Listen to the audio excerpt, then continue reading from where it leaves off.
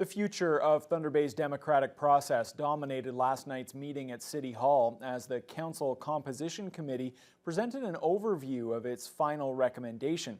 Council will now have a month to decide whether to stick with the status quo or make a change. Jessica Clement explains.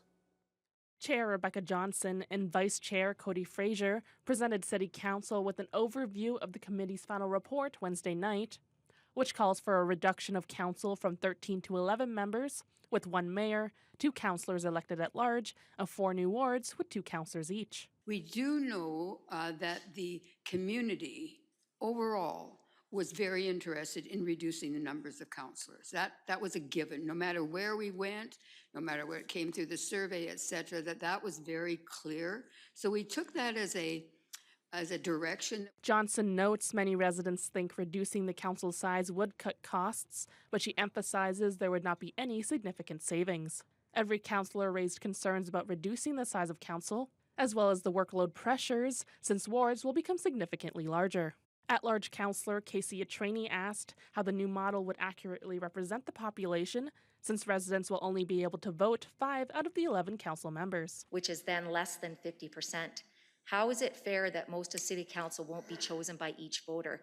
Does this reduce accountability and representation? Fraser noted voting for 7 candidates could be a barrier for some people, claiming that having less options makes it easier for voters to be more informed about who they're voting for. I, in part, reject the notion that it's less democratic or less representative to vote for less, when actually you're getting in my view, a heightened voice by picking candidates that you know well. Things got heated when council heard deputations from members of the public.